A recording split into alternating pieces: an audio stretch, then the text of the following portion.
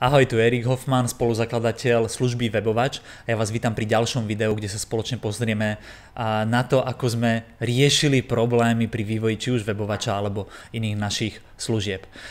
Rozhodli sme sa vytvoriť sériu videí s názvom Cesta Webovača za 1000 zákazníkmi, kde budeme popisovať nielen úspechy, ako sa nám darí, pretože si myslíme, že úspechy sú dobré na pohľadenie, ale hlavne tie neúspechy, pretože som presvedčený o tom, že my ako podnikatelia, či už vy, ktorí sledujete toto video, alebo my ako zakladatelia služby Webovač, sa učíme najviac na neúspechoch, najviac na riešení problémov. A preto tieto videá budú trošku inšie, ako ste možno zvyknutí na nejaké motivačné videá. Skôr budú pozostávať z toho, aký prúser sa nám stal a ako sme ho riešili. A dnes mám pre vás pripravený jeden asi hádam najväčší prúser, ktorý sa nám stal. A to, že sme dodali klientom službu, ktorá absolútne nefungovala, oni boli z nej sklamaní a ako sme tú situáciu riešili. Poviem vám príbeh, o chvíľku vám poviem taký trošku dlhší príbeh, ako to celé prebiehalo, aby ste boli v obraze. A na záver, prosím, vyčkajte na záver a sledujte hlavne záver, pretože na záver vám poviem riešenia a ponaučenia, ktoré sme si z toho zobrali a ako ich vy môžete aplikovať práve do vášho podnikania. Ako sa môžete vyhnúť tomu, aby ste robili tie isté chyby a miesto toho radšej sa poučili z tých našich a predchádzali tomu. Takže vítajte pri videu, kde vám ukážeme, ako sme vyriešili situáciu s nespokojnými klientami takým spôsobom, že na konci nám dokonca ďakovali.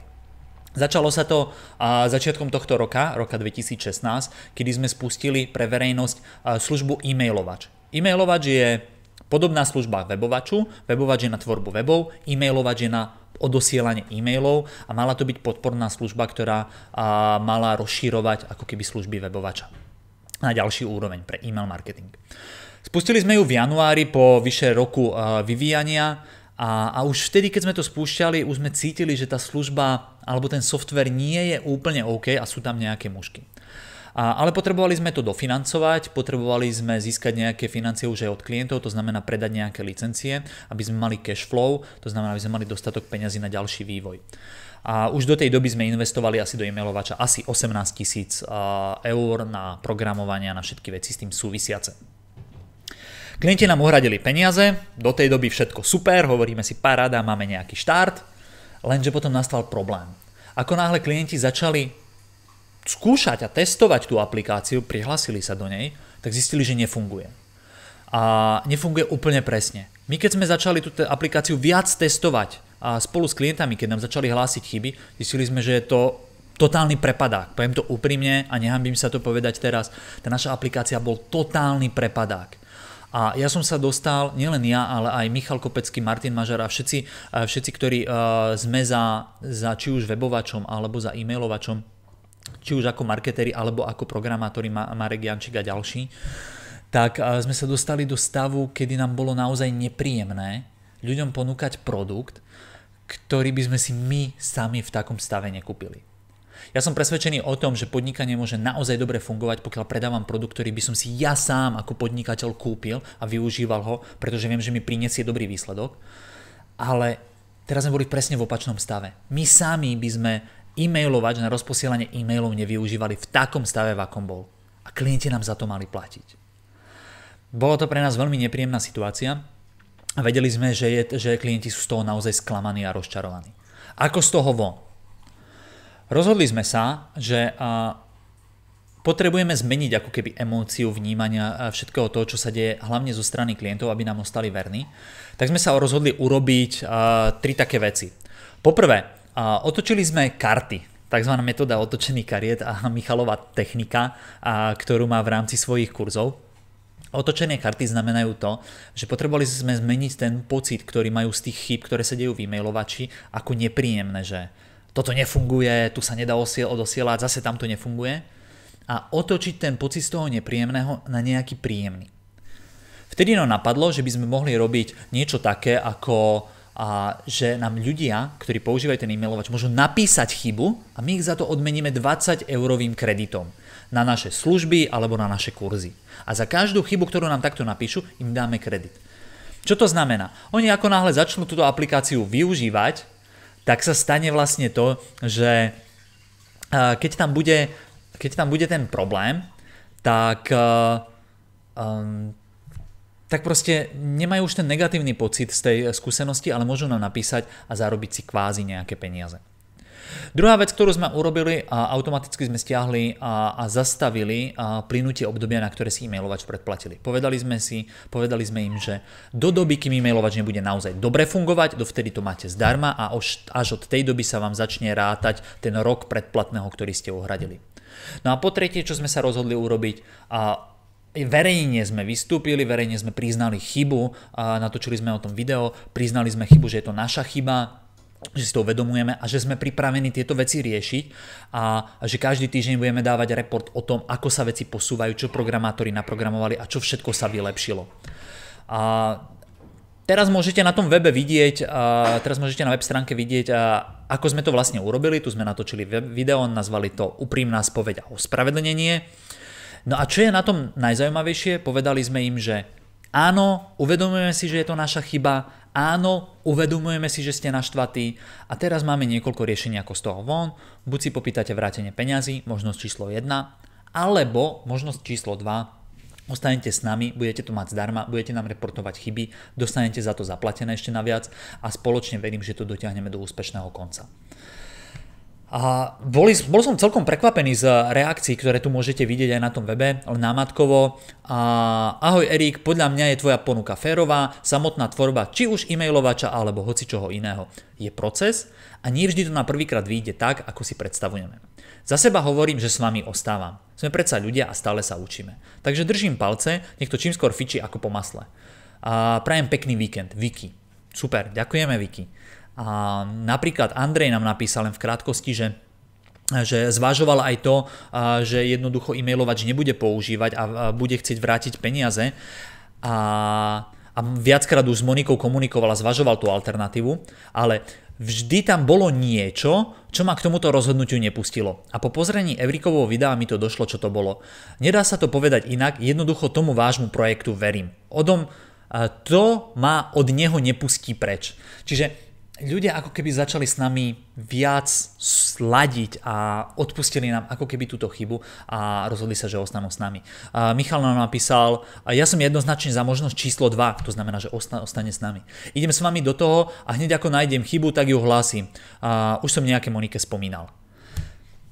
Toto všetko nám ľudia napísali, boli tu ešte aj nejaké ďalšie reakcie. Ale pre nás to bola výborná správa, že keď sme priznali tú chybu, tak možno z tých 35-37 ľudí len jeden alebo možno dvaja požiadali o vrátenie peňazí. Všetci ostatní sa rozhodli, že ostanú s nami a že nám veria. A z toho nám vyplynie jedno také veľké ponaučenie, ktoré vám poviem na konci videa. Príbeh však tu nekončí. Po 2 týždňoch sa stala jedna veľmi zaujímavá vec a pravidelne sme každý týždeň ľudí informovali, čo sme napravili a čo sme v danom softveri urobili. Stiahli sme programátora z webovača, aby sa venoval e-mailovaču a venovali sa tým pádom tomu viacerí programátori dvaja a aby sme tam nasadili maximum našej pracovnej sily. Avšak došli sme do bodu, kedy sme zistili, že e-mailovač je postavený na veľmi plytkých základoch a je to ako keby ste stávali nejaký dom a potrebujete ho vyťahnuť do 10. poschodia, ale ste na 3. a už ho z boku potrebujete podkladať trámmi, aby sa nezrútil a už keď strávate 4. poschodie, tak celé sa to kolíše. Čiže nejaký tak bol aj na tom e-mailovač a zistili sme a začali sme zvažovať, čo s tým ďalej. Mali sme niekoľko možností, buď budeme pokračovať a bude nás to stať naozaj kvantum peňazí, kvantum času, ľuďom nebudeme vedieť sľúbiť, kedy to naozaj bude reálne fungovať a tým, že tam lepíme stále nejaké diery, ktoré vyskočia, tak tí ľudia budú nespokojní, my budeme nespokojní s tou službou a proste celé to nebude OK. Alebo druhá možnosť, ku ktorej sme sa priklonili, že proste webovač zrušíme. Webovač, nie webovač, e-mailovač. Že e-mailovač jednoducho zavrieme. A odpíšeme straty, odpíšeme škody a zavrieme to. Rozhodli sme sa teda pre tú druhú možnosť, ale ako to vysvetliť klientom? Ako to vysvetliť ľuďom, ktorí nám zaplatili, a ktorých bolo asi 35 alebo 38, a ktorí nášmu projektu verili, ktorí nám prejavili dôveru, ako to urobiť, aby sme ich nestratili v ďalších našich programoch, produktoch, službách. A ako sme nad tým uvažovali, tak ako potom aj Michal, keď vám ukážem jeden komentár, správne podotkol, a nad celým tým sme sa začali zamýšľať, ako by sa nám to páčilo ako zákazníkom. A keby sa nám stala takáto situácia ako zákazníkom, ako by sme chceli, aby tá iná firma reagovala. A tak sme sa rozhodli urobiť to, že dali sme možnosť klientom vrátiť komplet peniaze, alebo ich presunúť na nejaký náš program alebo službu, alebo tretia možnosť, ktorá bola podľa mňa úplne, že aha, bolo dohodnúť sa v úvodzovkách, nazvem to, s našou konkurenciou, a mám radšej slovo kooperácia ako konkurencia, a s Davidom Kiršom, ktorý má Smart Emailing, a porozprávať sa s ním, či vie našim klientom ponúknuť v podobnej cene túto službu, ktorú sme im sľúbili my, a či si ich vie prevziať pod svoje krídla a či to vieme urobiť tak, aby klienti s tým nemuseli mať starosti, že od nás požiadajú o vrátenie peňazí, jemu potom zaplatia, potom si všetko budú musieť prekopírovať a všetky tie veci s týmto robiť. Tak sme sa nakoniec aj vďaka Davidovi, za čo mu veľmi pekne ďakujem, aj v mene klientov, dohodli na tom, že David urobí pre týchto klientov špeciálnu cenu a dokonca sme z toho urobili tak, že klient nemusí nič preklápať, nič presúvať, ale všetko mu to tam prekopírujeme my, ak má o to záujem. Čiže tretia možnosť bola využívať služby konkurenčného softvéru, a nie toho nášho e-mailovača, ale všetko to presunieme a klient s tým nemá starosti a má vlastne to, čo sme mu sľúbili, len akurát mu to tu dáva iná firma. Pre nás, prečo sme sa rozhodli pre tretiu možnosť, bolo aj to, že pre nás je dôležitejšie, aby klient bol spokojný.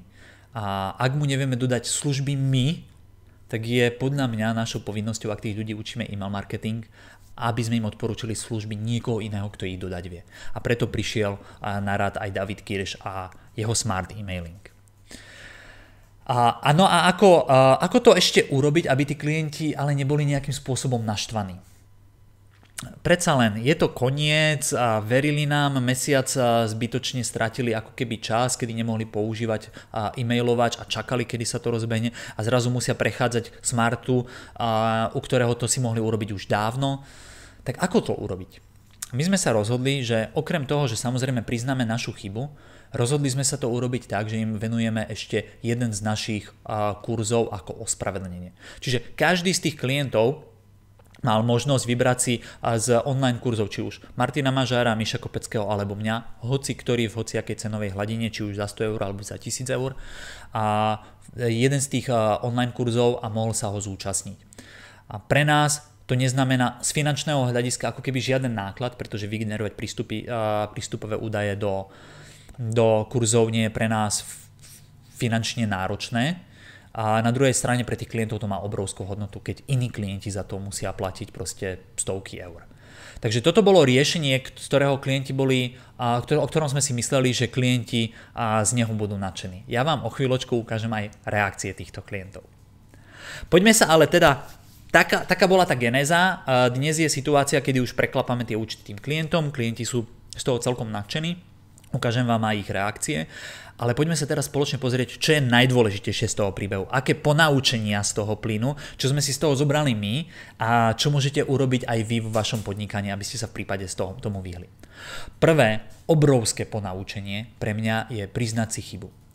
Ešte pred pár rokmi by ste zo mňa nedostali nejaké priznanie chyby v mojej firme, pretože som si predstavoval, že my sme tá firma, ktorá nesmie zlyhávať, musí byť maximálne profesionálna, musí hovoriť len o úspechoch, neúspechy sa snažiť rýchlo nejak ututlať, zamiesť pod koberec a proste hrať sa na hluchú slepú myšku až do momentu, kým to nevyriešime a potom vyrukovať, tadá, máme to hotové, ako keby sa nič nestalo.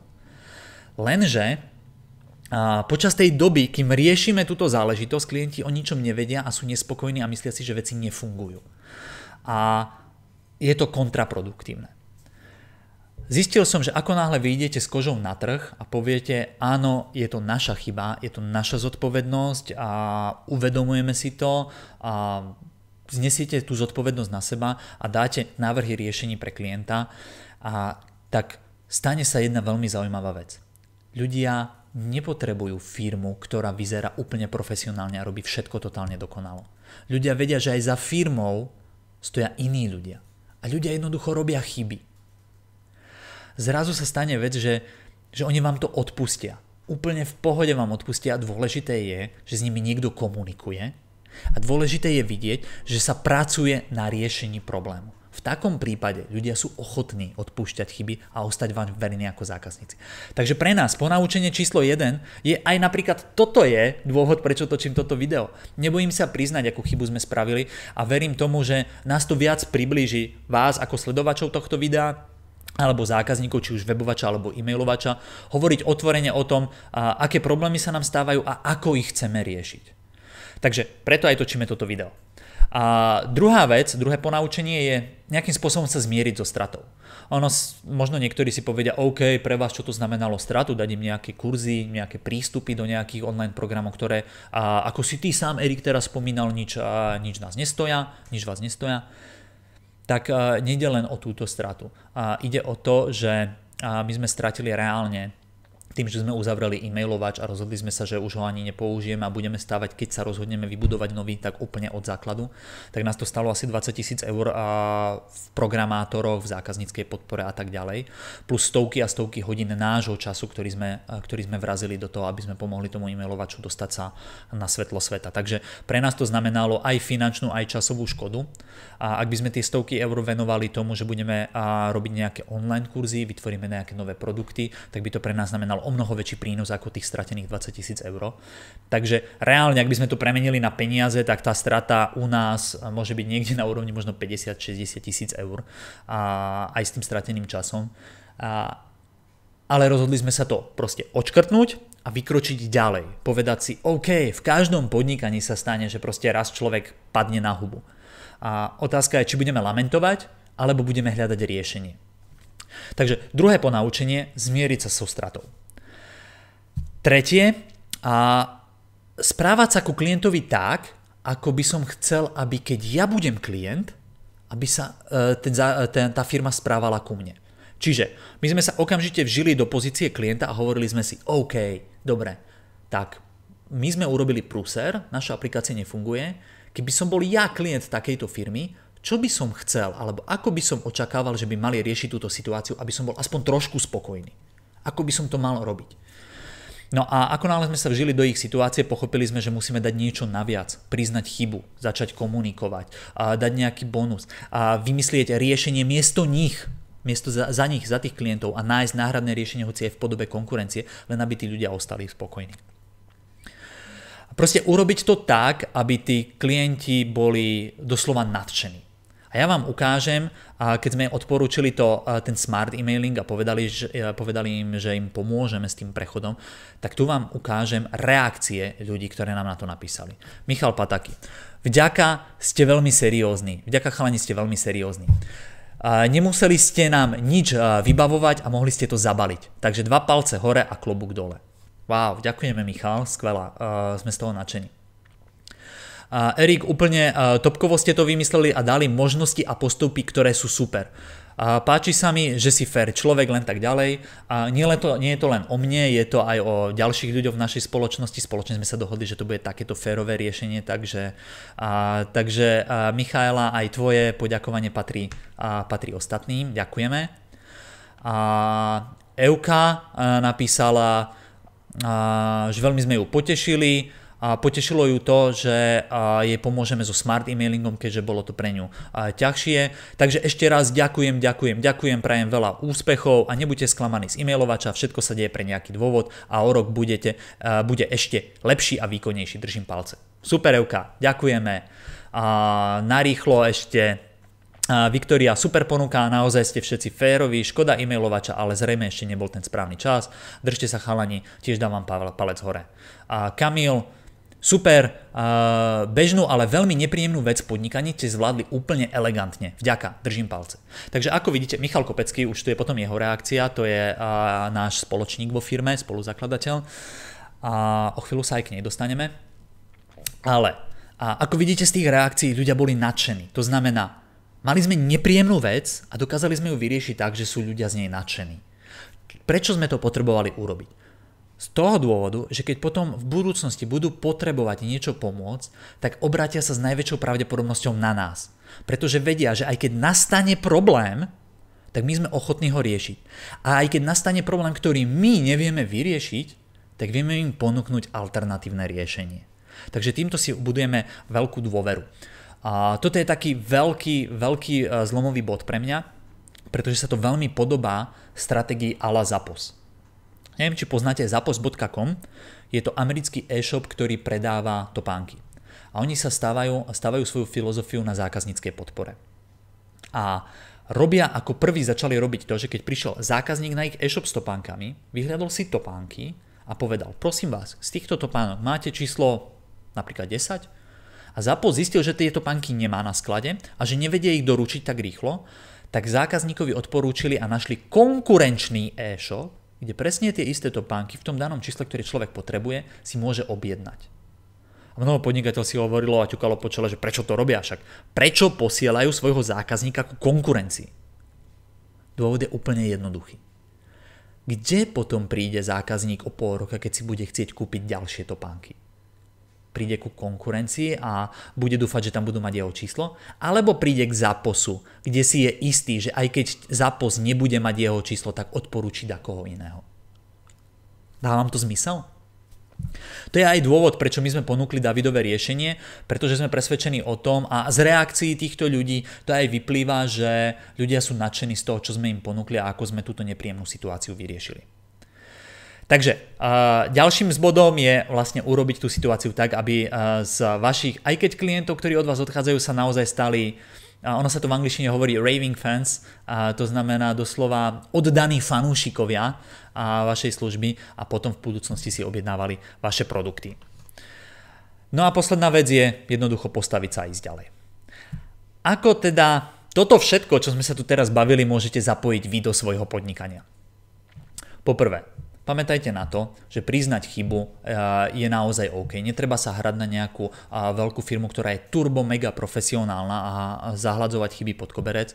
Ľudia vedia odpúšťať chyby, vaši klienti aj vám, aj nám dokážu odpúšťať chyby, len ich treba priznať a postaviť sa k ním čelom. Jednoducho, ak spravíte chybu, je potrebné s ľuďmi komunikovať a dávať riešenia. Ak teraz možno hovoríte, že nerobíte chyby, a že vám sa ešte nestalo, že by ste robili chyby, tak mám pre vás jednu otázku. Idete naozaj na svoje maximum?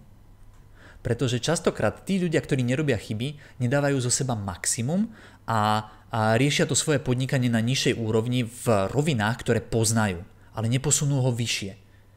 Čiže ak sa vám dlho nestala žiadna chyba, tak pravdepodobne je potenciál vo vašom podnikaní ešte väčší a zamyslite sa nad tým, čo ešte viac urobiť, ako naštartovať to vaše podnikanie. Chyby sa stávajú.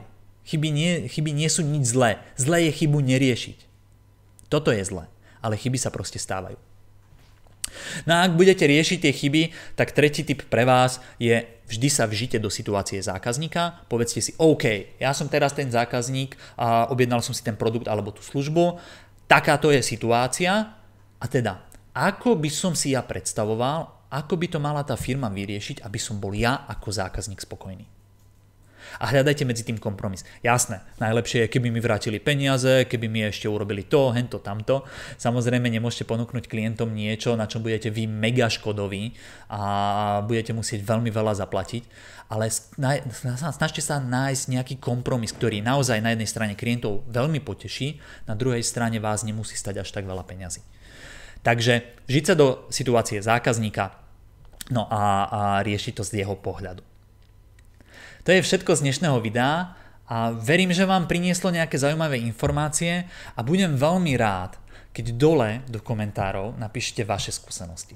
Stalo sa vám niekedy, že ste urobili nejakú chybu? Ako ste ju riešili? Riešili ste ju podobne?